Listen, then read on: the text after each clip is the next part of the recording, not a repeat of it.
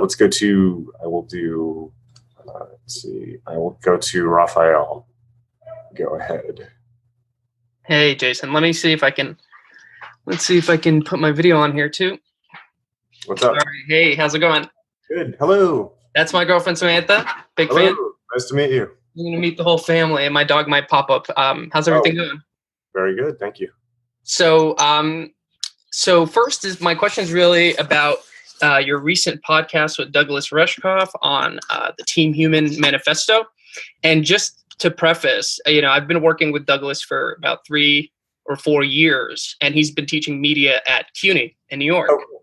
And I've taken insane classes from technologies of persuasion to interactive narrative, magic, media, and persuasion. I mean, we've been going deep. He's a really fascinating and incredibly compassionate human being.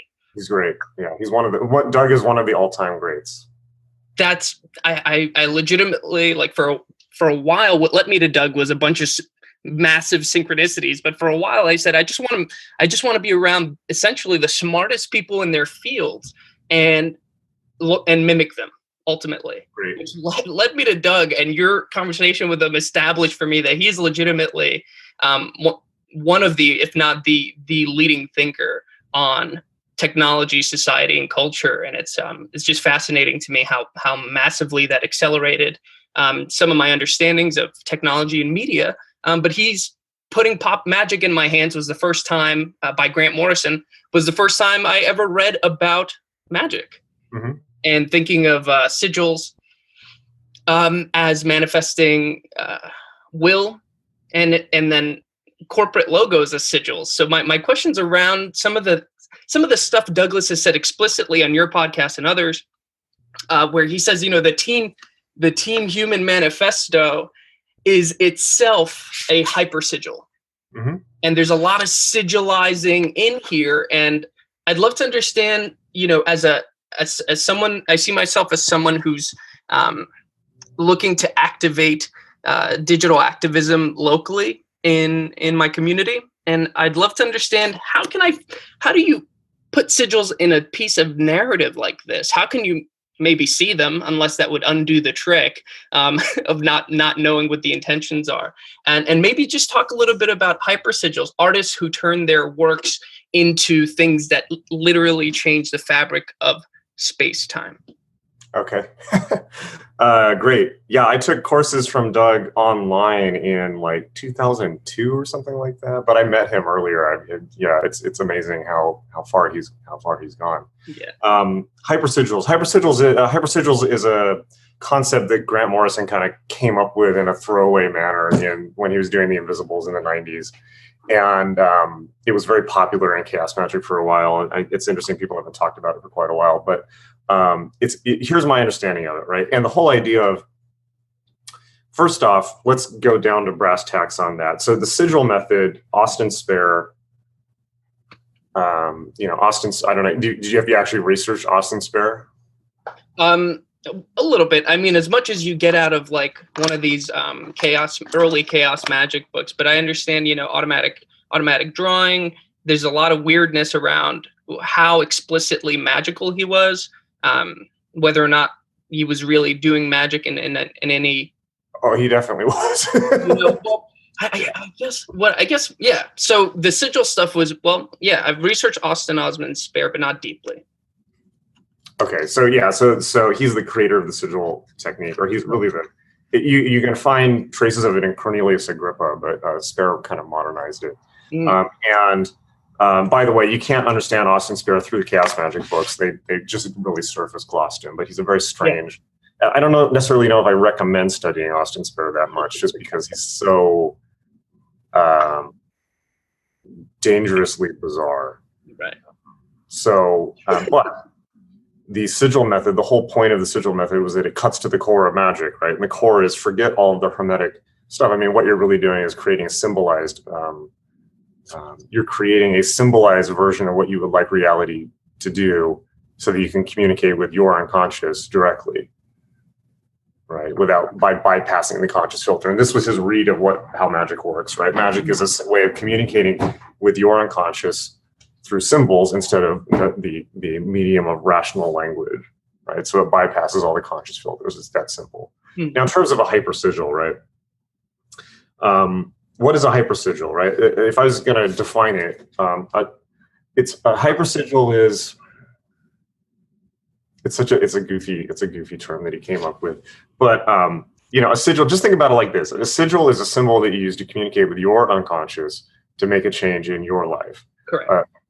What you're talking about is creating something that you then put out into the world, right, to change other people's realities. Now, it's an open question how. Now we can see lots of examples of this working throughout history, right? I'm sure you can. Like, what are some you can name? I mean, even most recently, the Pepe and Keck stuff. Right? Okay. That had real outcomes. But are you thinking even simpler?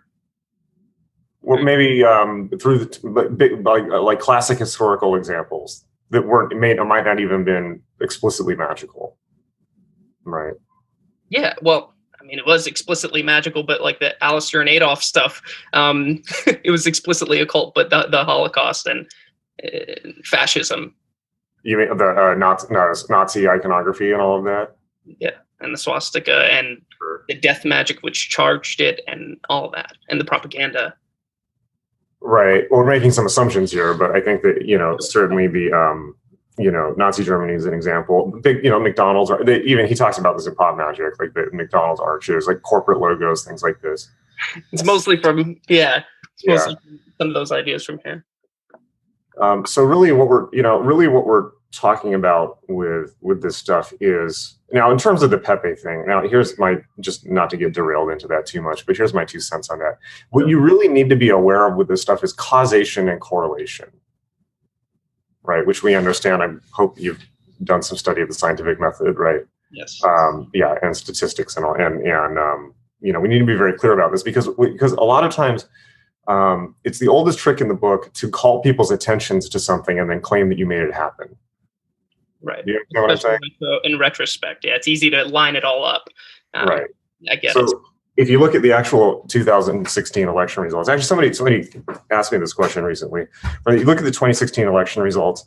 Let's just look at the numbers, right? Less Republicans voted for Trump than Mitt Romney. Right, less. So now the fact that all these people on 4chan were creating this big noise online, was there really any causative effect on the election? I kind of doubt it. You know, I think that yes, it swung the dialogue maybe, but when we look at the election results, how many votes do you think that actually shifted? Right. Right. So the real conspiracy is Bernie getting. Yeah. What's that? The real conspiracy is Bernie getting knocked out of the DNC, right? Rather than the Magic, and then, you know, Trump lost ultimately, right? He didn't win. Right. He didn't. You know, he might have gotten, you know, less votes than Romney, but he also got less votes than Hillary. Right. So, and really, what we want to look at is, like, you know, if there's a real causative factor in Trump winning, it's frankly Democrats not turning out to the polls. Yeah, I guess just to touch on, like, maybe something that maybe the legitimate component to it is this idea of disinformation and mimetic warfare, even if it's just at a sociological media studies level rather than, you know, an esoteric level. But the idea that you put out, you know, images of Hillary Clinton coughing up alien eggs into a cup and stir the pot, that stuff works to alienate people, right? Lock her up. Well, define work, though. I mean, it's like because literally we have to look at, okay, but like, who did that actually influence, right? I mean, because that propaganda was aimed at people like you, right? Vote anyway, probably. So in your world, right, and in my world, you know, people who are on the internet all the time, like, yes, that like had like some type of, it changed the dialogue. But in the grand scheme of things, how much influence do you think that actually had over the election, right? It's probably minimal to none would be my guess. So it's always a question. So it's like it's always a question of not becoming overly enamored of one's view of how things are working, right? But and this is what I want to point out. But in terms of a hypersigil, I mean, it's this simple, right? In terms of doing something like that, it's creating a model of the world of how you would like the world to work and putting it out there into the world and seeing if people go along with it. right? And there's not really any, and by the way, you can't force anyone to go along with your model of the world.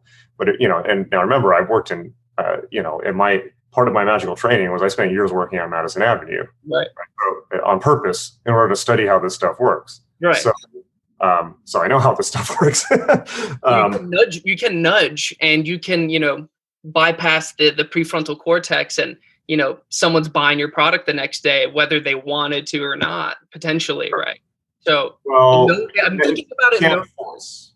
No, you can't force, but what you can do is create associations with people. So for instance, the way the advertising works, like if we want to do a reductive view of advertising, right? You look at all you have to do is look at commercials, right? Look at, like, for instance, I was watching the Super Bowl commercials. Right. And how do they work? It's like how many of those commercials are actually about the product? Right. Like fucking none, right? So what do they do? It's like, so we're advertising, I don't remember any of the commercials, but we're advertising, let's say, spearmint gum, right? So you get 30 seconds of something to put you in an intense emotional state, like, hot girls paratrooping out of planes and, explosions and Michael Bay Transformers, just like, whoa, all this awesome stuff. And then at the end, they flash the logo, spearmint gum, so that your unconscious anchors the logo, at least in theory, to the positive sensation. So it's really operant conditioning. What are they doing? They're linking their brand to good feelings. Now, here's the thing, though. How well does it actually work? Because one of the main things I learned actually working in advertising is nobody knows if it works or not. The classic phrase in advertising, which has been changed a little bit by the Facebook and online era, when we actually have analytics on things, is 50% of your advertising budget is always wasted, but you don't know which 50%. Meaning prior to Facebook and Google Analytics, people had no idea whether their advertising was working or not. Right. None, right? But let's look at, for instance, the 80s, right? I'm guessing a media guy. You what? I'm a media guy. I've been looking at this stuff deeply. So yeah, what's up? Okay, so the Michael Jackson Pepsi commercials. Yeah. Okay, Michael Jackson got paid how many millions, maybe $1 billion, some insane, not $1 billion, but some insane, the highest anyone had ever been paid to sponsor a product. And maybe still, I'm not sure, was Michael Jackson for Pepsi. And all they did was, and this was the early 80s when so much goodwill was going towards Michael Jackson. And he was like, all you had to do is hear a Michael Jackson song or see Michael Jackson, you immediately feel happy as fuck, right? Thriller. It's just like, it's Michael Jackson, right? The great. So they paid him all this money to basically say Pepsi Generation to dance in front of a white screen. So you're just focused on him, Michael Jackson, all those, all that goodwill, all those good feelings are brought back, and then they flash Pepsi. What's the point? The point is to link your neurology, the pleasurable feelings, to the symbol. It's the exact same fucking process as sigil magic, right? Sigil magic is just you doing it for yourself. So in a way, could we call this a hypersigil? I mean, yes, it's kind of a glib term, but that's how it works, right? But the question is, how well does it work? And the answer is nobody actually knows. It's all conjecture and theory because these things are impossible to actually measure. I mean, yes, you can measure, do product sales increase, right, but you can't draw a direct causative line from whatever it is that you did. Right. It may be just because, who knows what it could be for some totally unrelated factor. That's that's the holy grail in advertising. Just, studying this stuff so closely, the buzz term in media and advertising today is engagement. And what is engagement? How can we tie that to dollars? Well, increasingly we can use, predictive algorithms, and we can link that to even digital payment methods. So we can actually get closer to linking how your purchasing behaviors are being affected by content. But ultimately we're talking about this weird, how are we going to quantify engagement? And it's like, all right, maybe all this science, all this neuromarketing is really good for selling techniques to other marketers. Ultimately, that's well, that's the thing, right? And what you said, engagement, right? Like this is fascinating. I can just put my digital marketer hat on. It's like, what is engagement, right? And this is where everyone fucks themselves up right now. You see all these $1 million advertising campaigns, and they're like, we need engagement. We're measuring engagement. Like, oh, make it go viral. Like, we need 1 million Facebook friends. Like, all that is meaningless, right? It's all vanity metrics, right? The only metric that actually matters is, did people buy, right? And this is what, like, literally what you said. It's like, was a transaction? Did you make a sale? Did you close a sale? Everything else is like completely meaningless. And all these brands spend millions of dollars to like, oh, we just need a lot of Facebook fans. Well, we know from Facebook, you can collect 1 billion fans, but if nobody cares about what you're putting out, then it's meaningless, because Facebook is only going to show what you're running to like 10 people anyways, right? Even if you have 1 billion fans, because the algorithm will punish you if you're not showing things that people are actually interested in.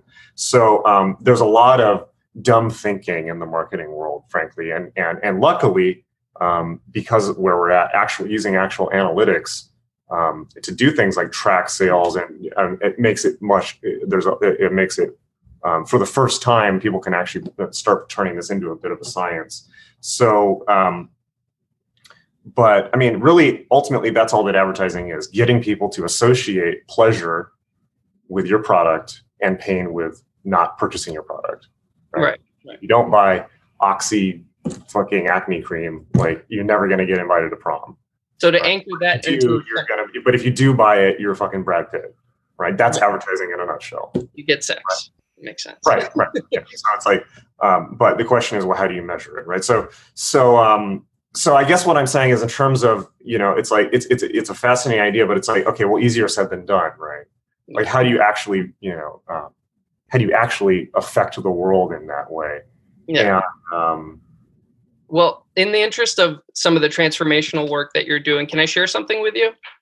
Sure. It's related to all this. So I began my journey in Magick and as a scholar in the hands of Douglas Rushkoff, and decided in not so many terms that I'd like to pursue digital activism on a number of fronts. So, I'm interested in alternative currencies, blockchain, the implications of AI and exponentially emerging tech, the whole singularity versus team human concept. And I found myself as a younger person, 26, 27, developing my ability as a thinker, as a writer. And I found myself increasingly terrified by the notion that I'd be producing a piece of literature known as my thesis dissertation for Douglas Rushkoff, considering I really cared about his impressions, and I highly respect his opinion. This became a 2.5-year crushing ordeal of self-discovery, which led me to Magick, led me to making very clear statements on how I'd like to progress. And I dealt with a lot of the stuff that you warned about, with the lots of energy moving through the body. I basically, for about 2 years, had my psoas extremely contracted, which is in the navel, which is in the sacral chakra region. Okay. So I have basically had like an energetic hold on my body from just the sheer terror of producing something to develop myself, to be in the best position to weigh in on the digital future and to develop my ability as a communicator. And I found that. What that is? What's that? You want to know what that is? What is that? It's called a granthi in Sanskrit. It's a knot. It's a knot above the third chakra. It's produced by insecurity about one's own power. Yeah. Right. 100%. Right. And I actually wanted. Right. Here's a question. Right. You want me to make this clear for you? Please. What do you care about most? How much do you care about your girlfriend? A whole lot, man. Whole lot? Yeah. All right. Somebody threatens her. What's your reaction? Kill, basically. Correct. Right. Yeah. And how much did you have to think about that? Not at all. Are you actually insecure about your power? No. By the way, what's the fourth chakra? The heart. Right. What does it require to, we were talking about this a bit in the last conversation. What does it require to, before you can love somebody, do you need to be able to keep them safe or not? 100%. Right. What's the issue again? Creating a creative act that I was paralyzed by some kind of creative block without, I actually worked with Dr. Laszlo Karafiat. He's an interesting gentleman. He works on meme science. Have you heard of him? Right. But you're going back into intellectualizing. Sorry. Yeah. Yeah. So So what I'm pointing out is that simple, right? It's not true. Okay. Well, if you're projecting so okay. In terms of academic work, like might there be some insecurity about how your words are going to be received? Of course, yeah. Is that fucking good, by the way? Like, is Doug going to hold so you to standards so high that you're going to bust your ass to make something great? And you're going to learn something and not just stay in the same place. 100%. That part was terrifying, though. Right, but what I'm saying is, let's put it in a different context, right? So the context because it's not any different. The example that I just, there you go. There you go. Notice how you're standing there, how you're sitting right now? Yeah. Oh, you just opened it up very nicely. Oh, your shoulders are back. There you go. Stand up straight with your shoulders back. That was what so I went, I don't want to intellectualize too much, but I wound up working with my inner healer through some guided meditations. And right. But all that's woo fairyland shit. Okay. It's this simple. Right? Somebody is threatening to your girlfriend. What is your response? Move forward. Well, you put it a bit more strongly before. So let's keep kill. Kill. Right. That was the correct response, right? Okay. Now, do you have an issue with power in this context? No. Okay. So is it any different? So what I'm pointing out is you have absolute command of these resources within this state. Correct. Right?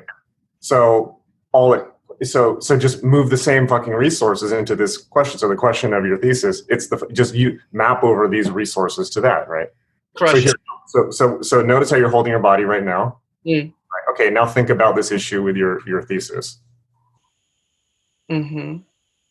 Okay. Now go straight back into how you were sitting. Use your energy the way you were using it just a few seconds ago. Yeah. Right. How's it feel now? Strong. There you go. Right. Very cool. You have the resource. You have all the resources. I see. No deficiency. It's just a question of mapping it over between contexts. Mm-hmm. See what I mean? 100%. It's not any different. By the way, let me make this more clear for you. Is your ability to produce if I have your permission, I can drive this home a bit stronger. Please do. Okay. So is your ability to do a thesis, yes, okay, there's some intellectual considerations, but ultimately, is it or is it not tied to your ability to produce sustainable income, to support the people around you and go forward and build the life you want for yourself and for other people? Mm-hmm. Yeah. All right. Do you have any insecurity about that whatsoever? Or actually, are you completely fucking secure about that and you just need to get out of your own way? Yeah. Yeah. I need to get out of my own way. Right. Well, all you have to do is map over the resources. Right. Because, by the way, this is a life or death question, but not for the reasons you think. Right. The intellectual considerations are ultimately meaningless. Right. Because what you're actually doing is proving to society that you're at a certain level and you can deliver what you say you deliver. Right. When they hire people based on a degree, they don't care what your thesis was in the slightest. What they care about is that you finish what you said you were going to do and push through adversity, and that your elders approved of the process and that they gold stamped you of this guy passed, right? This guy's good. That's what they're looking for. They don't care about the content of what you wrote. Mm-hmm. Now, Doug cares about the content of what you write, right? But from what you're saying is you're holding yourself to such a high standard that you are, you're fulfilling, you're maximizing your time with a great teacher. Yeah. Right. By using this situation to demand as much as possible out of yourself. And by the way, will that serve you or not going forward into your life? Yeah. Right. This is the importance of education, right? It teaches you how to bring out your best self when it's done right, and to become a self-learner, a self-directed learner. Mm-hmm. Mm-hmm. Right. So this is life or death. Yeah. By the way, is your ability to fulfill your thesis and get gainful employment related or not to your ability to provide for your girlfriend? 100%. Okay, so why are the resources differently mapped? Why were they differently mapped? I mean, now we may be on totally different footing. Yeah, I just completed my thesis in December and just graduated. Oh, great. Okay. Okay, great. Okay. I had to get over a lot of, well, I just had to get out of my own way, of course. Oh, I see. Okay, I didn't understand that. That's excellent. I'm knocking myself, and that feeling has since gone away, which was a combination of a lot of things. Pranayama was the #1 way to get in control of my adrenals and begin to unwind the process that this block was causing, which was incredible amounts of rigidity physically, which energetically and emotionally was just weird to navigate. But I had to unwind a lot of complexes. I think I kind of zapped myself into facing some things immediately and making some of those changes. And honestly, I knocked myself because I didn't take as much of the help that was available to me. And I probably could have developed something much, much better if I took more time, and something I would have been more proud of. But ultimately, it's something that I've pushed forward with. And I know I'm going to keep encountering, how can I say this? I would like to continue to create in my path. Okay. And I know what I went through with some of those mental challenges. Ultimately, they were illusion and well, not ultimately. Well, the content might have been slightly arbitrary, but that is not an illusory task. Right. No. Because what that is that's a necessary initiatory stage for your life path, which is intellectual, right? Yeah. So it determines whether you go forward or not. So you want a few hints, by the way? Please. Okay. Now, creating comes from higher chakras. It comes from the 5th chakra and above, but you're not quite there yet. So the Granthi knots, the knot above the 3rd chakra is for men is for broadly speaking, without getting into general gender essentialism, for women, the 3rd chakra is about the ability to create or choose not to create life, right? So 3rd chakra is power over life and death, right? So for men can't, well, they can contribute to, but not, can't get pregnant, right? So outside of certain medical situations. So for men, let's see, what's a clear way to put this? For women, the 3rd chakra is I choose to create life or not. For men, the 3rd chakra is I choose to take life or not. Wow. Right? To make it as clear as possible. But importantly enough, this is not, by the way, please hear me correctly. Okay. The I choose to take life or not does not mean what you think. It does not mean like, I'm not proposing any type of miscreant activity. What I'm saying is that so for instance, in order to be a father, right, you have to be able to say, I have the ability to take life to protect life, right? Because until you make that distinction, nobody is fucking safe around you, right? You understand what I'm saying? Yeah, it's a biological impulse too. I mean, but it needs to be made consciously, because biological impulse just means you flail around like crazy and you have no fucking clue what you're doing, right?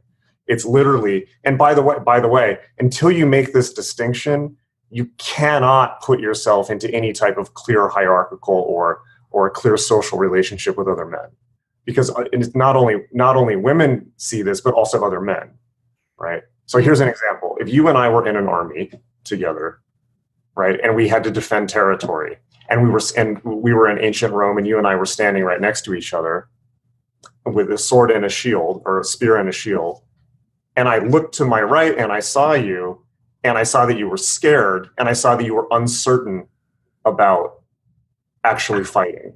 Mm-hmm. How do you think that I feel, and how do you think that affects the morale of the entire? Every fucking person on that front line has to be ready to die, because if they're not, that's the wall.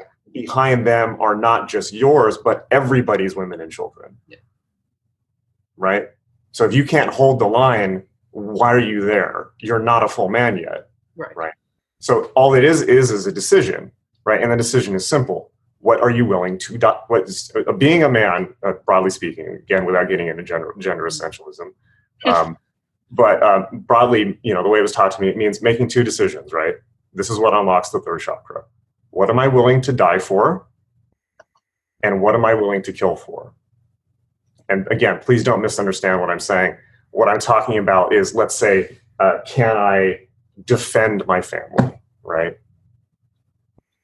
Not can I go be some jackass, doing aggressive things, because it's not about aggression, right? In the same way that, for instance, firearm ownership for homeowners is not about aggression, right? Like having firearms in the house when done correctly, and this is something that makes certain people very uncomfortable, but here's the way it's done correctly, as explained to me by military and gun people, right? Home defense, home security people. The reason you have firearms in the house is so that you don't have to use them, and it's a violence deterrent, right? Because if somebody comes to the door and you show up holding a shotgun, they're not going to try anything if they're outmaneuvered. Nuclear brinksmanship works the same way. Okay. Having nuclear weapons is not about dropping them. It's so that other people are too scared to fuck with you, right? So it's a violence deterrent, right? So that's sane weapon ownership, right? That unlocks the third chakra only then when everyone feels safe, not just you, because you as a man largely feel safe all the time, right? Women don't have the same experience in this culture, right? Like you're not scared going to your car in the parking lot at night, okay? Any woman is, right? It's just the facts of the matter, right? Like you're not scared to go into a covered parking lot by yourself, right? It just doesn't even enter your mind, right? Right? Right. So if people don't feel safe around you, they can't relax and they can't open up, right? Because they don't feel the bases aren't covered, right? So this is what unlocks the you can't get to full love unless you can defend your territory, right? And yes, we can talk about kind of spiritual conceptions about love. I love everyone. That's not your path, right? You're on a different path, right? You are on a socially stable, Brahmin path, right? So this is not your path, right? You're not wandering around as a naked ascetic, nor will you be, at least not for a long time, right? So, okay, so here's a hint, right? There's also a granthi above the fourth chakra, and you cannot. And what I'm calling your attention to is the life stage that you're in is about stabilizing this stuff. Yes or no? Yes. Okay, so the heart chakra, manifesting love, it's not love it's yes, theoretically love for everyone, but in your case, it's about love for the people directly around you in your life. It means in your case, it's your job to defend and protect them at the cost of your life, period. Right? Because until you make that distinction, you're not worthy of holding the power. Right? So, and then the knot above the fourth chakra is very simple. This is the knot. The knot above the fourth chakra is unconditional love. And that doesn't mean this hippie idea about loving everything. Yeah. It means that you love the people that you love regardless of what they do. Right? Meaning, let me make it clearly, there's no strings attached when you love people. Right? It's not, I love you if you do the dishes. It's not, I love you if you do what I want. It's not, I love you if you fulfill my ideas of what I thought a relationship would be when I was a teenager. Mm-hmm. It's not, I love you if these needs are met, right? It's just, I love you. And this is trickier to get to than you might think, right? Because it requires a massive amount of maturity and confidence. And by the way, it's not even remotely possible until you master the third and fourth chakras, right? Because the confidence and stability required to get there means it's like you basically have to be like, I'm fine no matter what. So I love from a position of strength instead of a position of need, right? Because any love from a position of need is recapitulating the need of the child's need for the mother, right? Take care of me, take care of me, take care of me. If that sub-program is running, how do you think women feel about that? Yeah. Right? Like women don't need someone to take care of, right? So it's love from a position of strength is I love you no matter what, even if it means the end of the relationship, right? Not that it would, but it's even if, right? So these are some hints, but these are things that you need, at least from my perspective, these are life fundamentals that need to be mastered. And by the way, how do you feel? Notice how centered you feel right now and how you're holding yourself, right? It's not intellectual at all. I mean, yes, it's a model, No, it was like an iPad swipe. It was just it was maintaining the same state while swiping the content over to a different quote problem. Yeah. There you go. Absolutely, right. And that's interesting. That's an interesting way that you can. That's an interesting metaphor for how to shift my state. Absolutely. By the way, why do grad students go fucking crazy? There's a lot, but one of the first ones I felt was this. What is it called? This kind of. You don't want to be like found out. Like all the arguments and things I've read, I feel like an imposter. I'm around people who've read all of the things that argue against the arguments I'm making, and I could have never read all of those things. So you just feel like you can't even come to conclusions early on. And I was just getting deep into Robert Anton Wilson and everything is true. And I was just I was in Chapel Perilous. I'm probably still there. But there was a lot of growing up I needed to do quickly. Well, you're right here whenever you remember you are.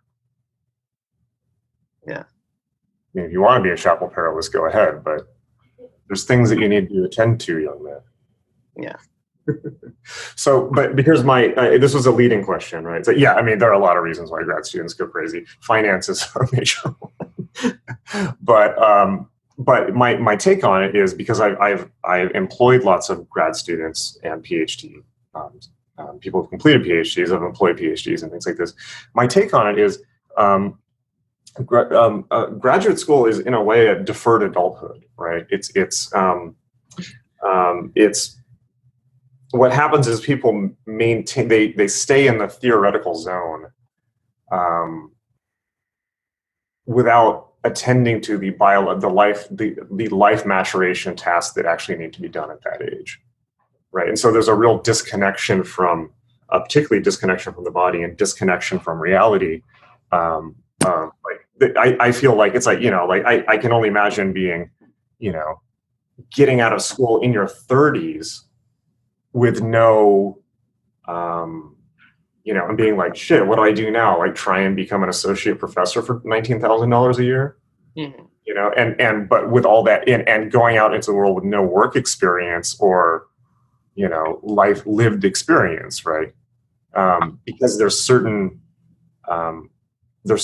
maturation tasks that need to be done, and it's so tricky in the society right now that I feel for people so much. And I'm trying really hard, and I'm working really hard to work on systems to help people work through this stuff. Because what happens in the US right now is adulthood gets delayed for several reasons. I mean, it's not just the academic track, it's also student loans. It's the fact that it's so expensive to buy a house. It's that job opportunities aren't there. I mean, the baby boomers were able to get a house with a high school diploma and a trade job. Actually, the irony is trade jobs actually probably pay significantly better, and it's probably a much faster route to the American dream than intellectual work, right? Or even increasingly digital media work, right? It used to be, my generation was told, well, the internet is the future, just focus on the internet. Well, it's like, well, honestly, like better advice would have been to go to trade school because nobody wants to do those jobs. And trade jobs start off at like 100, you can get trade jobs starting off at $80,000, $100,000 a year. But there's a real, there's lack of role models. There's lack of clear maps of how to do life. And the deck is stacked in some ways, although there's always a way around things. The deck is stacked here, yes, but it's not stacked in the same way as it is in, for instance, West Africa, right?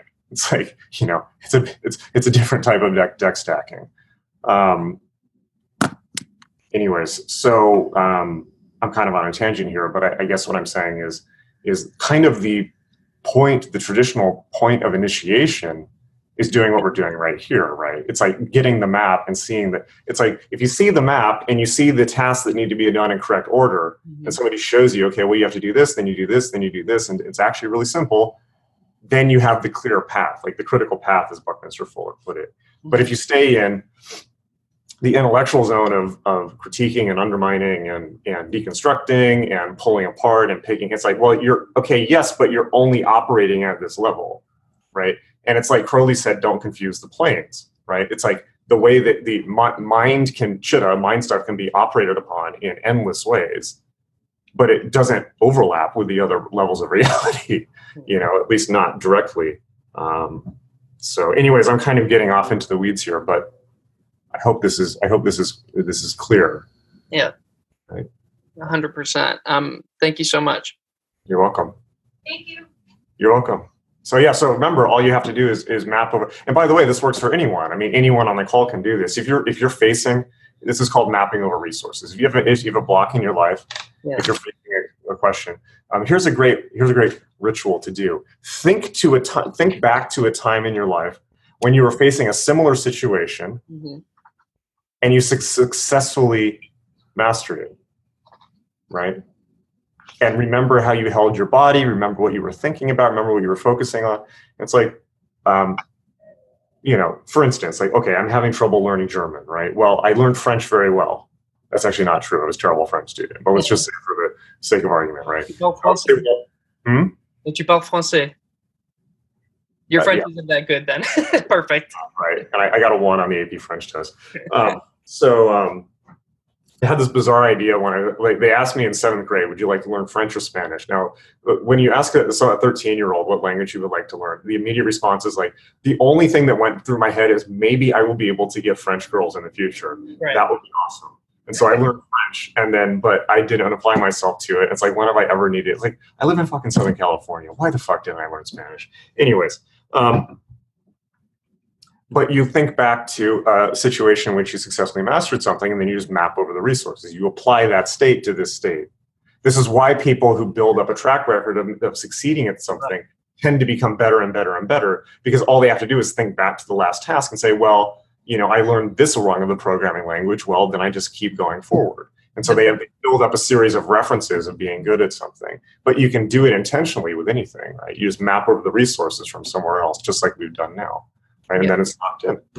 Yeah, the best thing for locking that in is weightlifting, I think, which I've been doing mostly all yoga and no weightlifting for a few years now. But that's like, even if you went up 5 pounds that day, it's like, wow, my bench went up 5 pounds. I can do anything today because I just mind over matter. I saw myself push the weight in front of my eyes. That was different.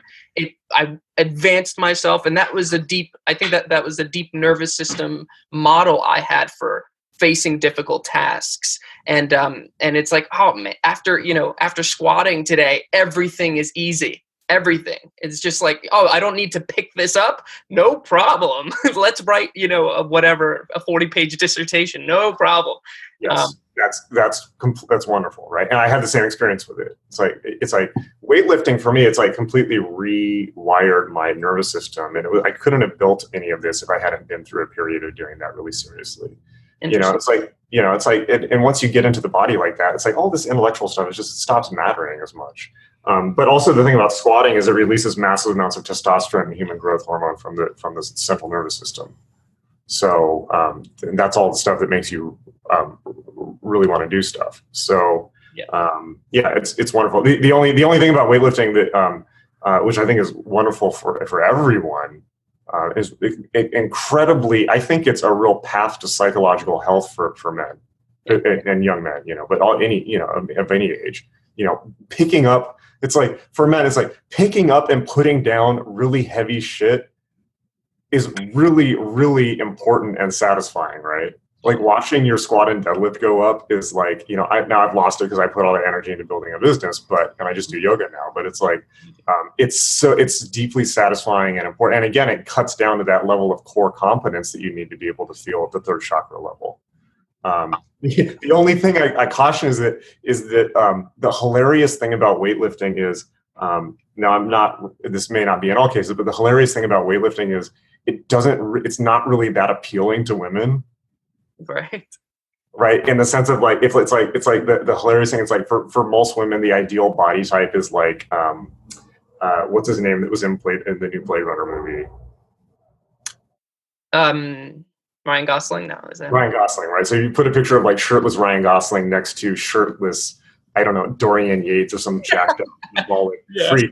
Like for men, it's like, oh, like, like I want to be like, be able, but it's like for most women, they're just like immediately Ryan Gosling, right? But for men, it's like, no, I want to be like Conan, you know. So it's kind of, that's kind of a hilarious irony about it. Yeah. Now, I mean, I'm right in all situations, but it is true. But to your point, it absolutely, to get that grunt and put it down, you're squeezing something out that's so biological. Joe Rogan calls it, you know, the monkey mind. Just squeezing that little extra grunt out just makes you more human and not so, you know, whatever we're dealing with, you know, sleep, cortisol, diet, etc. Well, right. It also removes the cortisol from your body, right? Anytime you have tension, pick something up that makes you sweat and things change, and it's so peaceful afterwards. So peaceful. Yeah, so that's great. I think it's a real path to psychological health for everyone. Exercise. I feel like exercise, that you have to start with the body for psychological health, no matter what it is. You know, but I think men particularly, you know, like real serious exertion like that. And I think that compound lifting, like in my energy class, I recommended, you know, focusing on compound lifting instead of machines. Like machines are basically like a scam, right? Yeah. You want to be doing compound lifts. Yeah, you don't want the thing to hold the weight for you, and you want to move. I feel weird like talking about weightlifting. Like it's like I've lost all of it completely. I'm like, oh, let's do some weightlifting advice. I'm like, yeah, you know, like look how fucking buff I am. No, but I, you know, I did do a serious round of it, and I got really strong, really fast. But the thing about it is, it also took over my life. Like every single moment, I was thinking about like eating chicken breasts and like it's like, you know, sleeping and yeah, it was anyways. So. There's a middle path, but I think that it's very important. Yeah, so. And just to touch on something you mentioned, funny enough, I feel like my path is, you know, you're looking for ways to address this kind of whole issue of kids coming out of this theoretical framework and moving into a real world that they just weren't prepared for. Whatever the case might be, I'm working with a summer technology and entrepreneurship program for high schoolers to intervene and to kind of help develop resources for them locally. So if they're interested in podcasting, say, we can connect them with a local university, or if they're interested in more trade skills or essentially becoming a coder, coming out of undergraduate with a computer science degree isn't going to help you. And there are no software developer degrees, although there are plenty of software developer jobs. We can argue that those will be the only jobs for a while until the computers can do it better than we can. But in the meantime, I see this local intervention for directing young adults in the direction of their passion, and stoking local economic innovation through communication is central to my path. And I really appreciate you giving me some clarity on all this. You're welcome. Awesome. Good luck with it. And say hi to Doug for me if you talk to him. 100%. Absolutely. Okay. All right. Thanks. Okay.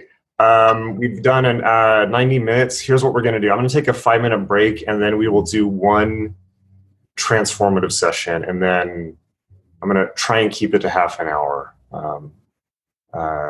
so that I can attend to what I need to attend to today. Give me 5 minutes. I'll be back, and then we will do one more. So I'm going to go for whoever has their hand. There's the first hand up in the participants area. So I see 2 people have their hands up.